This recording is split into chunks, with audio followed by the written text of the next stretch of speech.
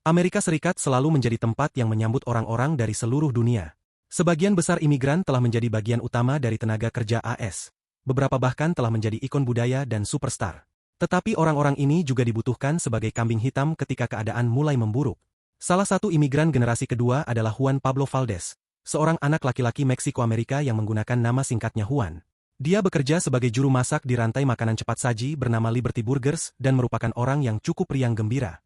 Suatu malam, Juan dan keluarganya mengadakan pesta di rumah mereka untuk teman-teman dekat mereka. Saudara perempuannya, Lily, baru saja diterima di Columbia University dan akan segera melakukan perjalanan ke New York untuk studi lebih lanjut.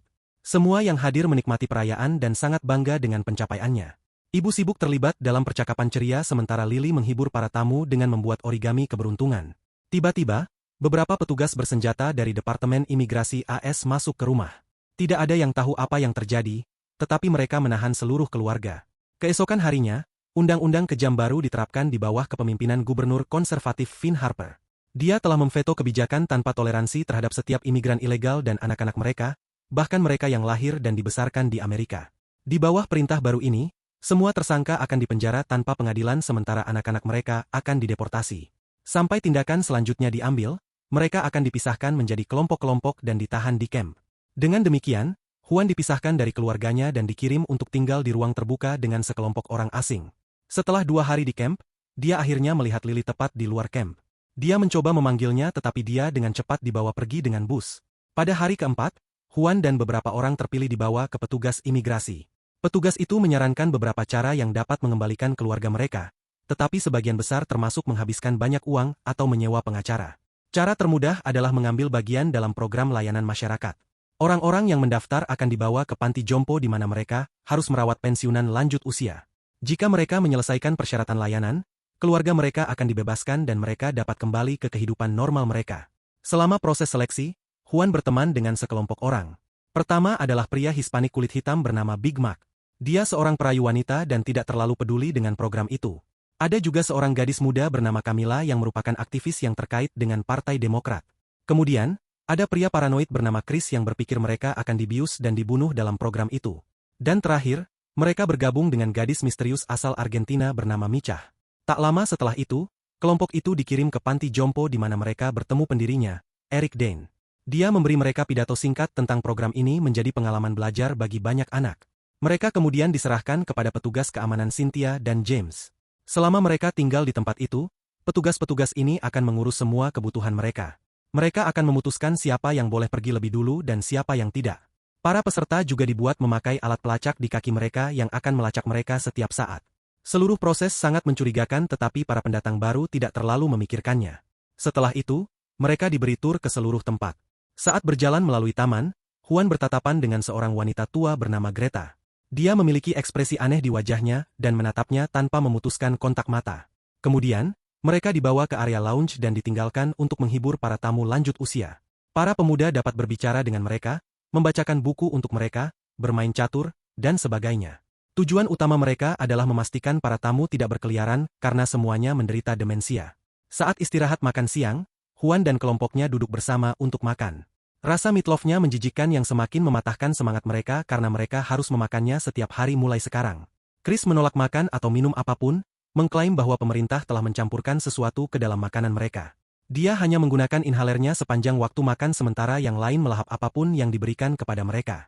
Tak lama setelah itu, mereka akhirnya bisa bertemu dan bersosialisasi dengan orang-orang lanjut usia yang tinggal di tempat itu. Setiap orang memilih seseorang untuk dirawat sementara Juan mencari Greta di ruangan itu dan mendekatinya. Dia tidak mengatakan apa-apa dan hanya terus menatapnya. Juan menganggap ini sebagai isyarat dan mulai membacakan buku untuknya. Tiba-tiba, wanita tua itu kehilangan kendali atas emosinya dan memberitahu Juan bahwa dia akan mati di sini. Ketika dia tidak menunjukkan tanda-tanda akan berhenti, Cynthia membiusnya dan membawanya pergi dari yang lain. Juan terkejut dan merasa bersalah, berasumsi bahwa dialah penyebab kegagalan itu. Sehari penuh berlalu di fasilitas itu tetapi Chris masih menolak untuk makan. Kurangnya nutrisi menyebabkan dia menjadi lebih paranoid dari sebelumnya. Dia berpikir jendela di bagian belakang ruang makan adalah satu sisi dan seseorang mengawasi mereka dari sisi lain. Anggota kelompok lainnya tidak mempercayainya. Jadi untuk membuktikan dirinya, dia mencoba membuka pintu. Akibatnya, dia dibius dan diseret ke rumah sakit. Malam harinya, Juan bangun dan pergi ke toilet. Dia segera bertemu dengan burung hantu yang terbang menjauh saat melihatnya. Segalanya menjadi lebih aneh ketika tiba-tiba dia melihat seorang wanita tua telanjang di dekatnya, menatap lurus ke arahnya.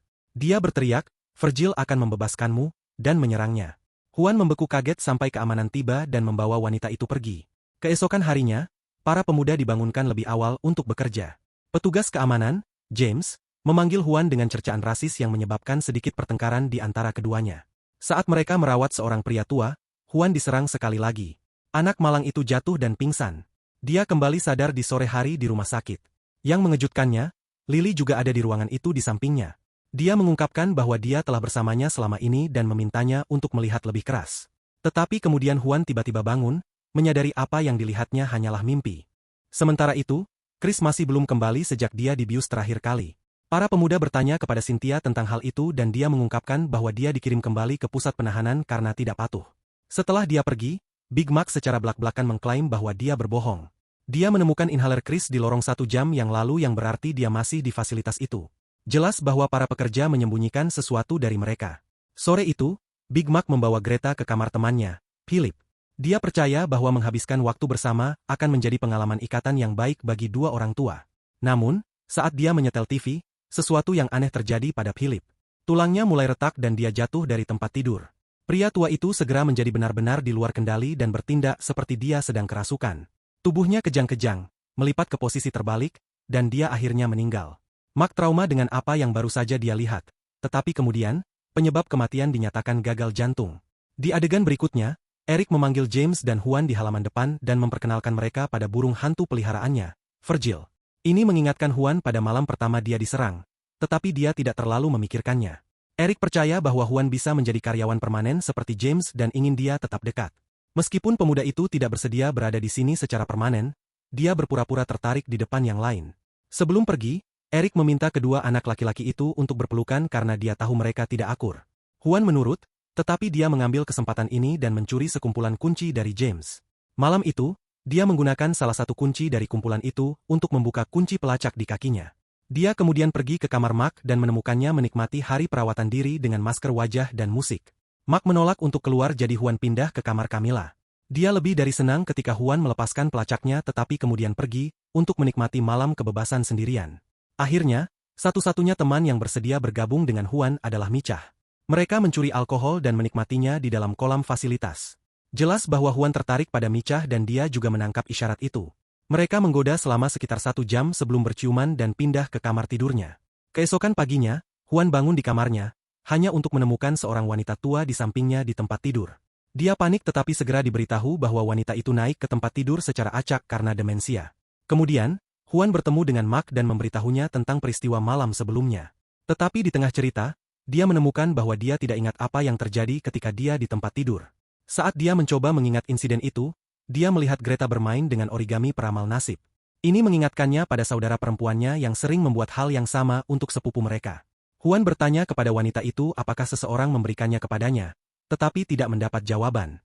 Tiba-tiba, dia memegang tangannya dan mulai menggigil sebelum penjaga tiba dan membiusnya. Setelah ini, Juan dan anggota kelompok lainnya berbicara tentang insiden itu. Selama percakapan mereka, Camilla mengungkapkan bahwa dia tidak ingat apa-apa dari malam sebelumnya seolah-olah dia pingsan. Mereka juga menemukan tanda di lehernya dan berteori bahwa dia dibius. Sore itu, Juan, yang kini mulai merasa ada sesuatu yang mencurigakan terjadi, memutuskan untuk menggeledah fasilitas itu. Dia pertama kali pergi ke rumah sakit di mana hanya penjaga keamanan yang diizinkan masuk. Dia mendekati Greta yang juga ada di sana dan melihat tato kupu-kupu di belakang telinganya. Tato itu identik dengan yang Juan lihat pada adiknya pada malam rumah mereka digerebek. Kini jelas baginya bahwa wanita tua yang dia rawat tidak lain adalah saudara perempuannya. Namun, sebelum dia bisa mengambil tindakan, James menemukannya dan memukulnya hingga pingsan. Keesokan harinya, anggota kelompok lainnya curiga terhadap hilangnya Juan. Mereka memutuskan untuk mengintip di kantor Eric untuk melihat apakah mereka menemukan sesuatu.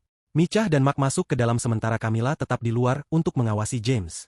Setelah mencari-cari sebentar, Mark menemukan cetak biru semacam mesin penggiling. Mereka hampir tertangkap ketika James masuk ke ruangan, tetapi dia gagal melihat mereka bersembunyi di sudut. Di tempat lain, Juan bangun di kursi roda di samping dua orang seusianya. Tetapi ketika mereka berbalik menghadapnya, dia terdiam. Separuh wajah mereka tua dan keriput sementara yang lain muda. Yang sangat menakutkan, Juan mengetahui bahwa hal yang sama telah terjadi pada wajahnya sendiri.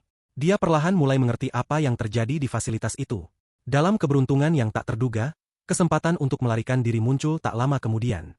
Huan ditinggalkan sendirian di ruangan itu, tetapi untuk melarikan diri, dia harus memasukkan kata sandi di pintu. Pemuda itu ingat apa yang dikatakan Greta kepadanya beberapa hari yang lalu. Sesuatu seperti, Virgil akan membebaskanmu. Jadi, dia mengetik, Virgil, dan pintu terbuka kuncinya. Pada saat yang sama, Gubernur Finn dan Eric berada di gerai rantai restoran Liberty Burgers. Mereka ikut memiliki seluruh rantai itu dan senang dengan keuntungan yang mereka hasilkan baru-baru ini. Di tengah percakapan, Finn bertanya apakah ada yang mengajukan keluhan tentang Patty Burger dalam sebulan terakhir. Eric dengan yakin mengatakan bahwa itu tidak mungkin karena dia telah menemukan alternatif yang sempurna untuk Ham.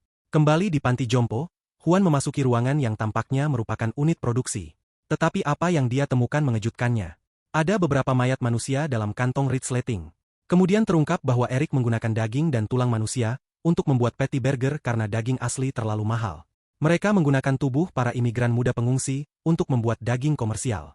Para imigran ilegal diberi hormon yang berbeda untuk melunakkan otot mereka, dan sebagai efek samping, orang-orang menjadi tua. Panti jompo ini ternyata adalah kedok yang sempurna untuk rencana busuk mereka di sini. Hal ini membuat Huan panik dan dia menabrak Micah saat mencoba melarikan diri. Tanpa diketahui oleh anak malang itu, Micah adalah mata-mata Eric untuk mengawasi semua orang dari dalam. Dia kemudian menyetrum Huan dan membawanya kembali ke dalam. Di tempat lain, Mark berada di rumah sakit karena cedera yang dideritanya saat bekerja di halaman. Di sana, dia menguping panggilan James kepada Camilla dan akhirnya menemukan kebenaran tentang tempat ini. Tidak ingin berakhir dengan nasib yang sama seperti yang lain, dia memutuskan untuk mengambil tindakan segera. Mark mencuri sekumpulan kunci dari dekat dan memasuki ventilasi udara untuk bersembunyi. Dia segera mencapai di atas kamar Camilla melalui ventilasi dan memberinya kunci untuk membuka kunci pelacaknya. Keduanya kemudian memutuskan untuk berpisah untuk membantu Huan dari sisi yang berbeda. Setelah ini, Camilla pergi ke ruang makan dan mengetahui bahwa Chris benar tentang jendela satu arah. Dia tidak bisa memperingatkan yang lain, bagaimanapun, karena seorang penjaga memukulnya pingsan dari belakang. Ketika dia sadar kembali, separuh wajahnya juga telah menua secara drastis. Huan ada di sampingnya dan dia menjelaskan bahwa mereka tidak punya banyak waktu. Meskipun mereka lemah, mereka memutuskan untuk merencanakan pelarian yang berani. Malam itu, semua orang lanjut usia menyudutkan Cynthia, Micah, dan James, dan melanjutkan untuk menyerang mereka. Huan mencoba lari keluar, tetapi seorang penjaga meraih kantong urinenya dan menariknya dengan paksa. Untungnya, Mark tiba di tempat itu dari ventilasi di atas kepala dan mencekik penjaga itu hingga mati. Dia dan sisa orang tua kemudian berlari keluar sementara Huan, Camilla, dan Lily berakhir di ruang produksi. Di sana, mereka menemukan Chris, yang masih hidup tetapi dikurung di dalam kandang. Tetapi sebelum mereka dapat membebaskannya, Eric tiba di tempat itu. Dia marah dan menyalahkan Huan karena merusak bisnisnya. Dia kemudian mulai memukuli Huan yang terlalu lemah untuk membalas karena penuaan buatan. Setelah pemukulan brutal, pengusaha jahat itu menempatkan Huan di platform yang langsung menuju penggiling daging. Sementara itu, Lily memperhatikan bahwa Chris mulai kejang-kejang dan menjadi sangat agresif. Overdosis hormon pelunak perlahan-lahan membuatnya berubah menjadi hewan tak berakal. Tetapi ini memberi Lily ide yang sempurna. Dia menekan tombol untuk membuka pintu kandang, memungkinkan Chris yang biadab keluar. Dia langsung menuju Eric dan mematahkan lehernya. Sayangnya, Chris segera mati saat tubuhnya perlahan hancur karena semua hormon buatan yang dijejalkan padanya. Saat film berakhir, dilaporkan bahwa Finn telah melarikan diri dari negara itu dan seluruh rantai Liberty Burger telah dihentikan. Ibu Huan dibebaskan, bersama dengan semua orang tua imigran lain yang akhirnya bisa melihat anak-anak mereka.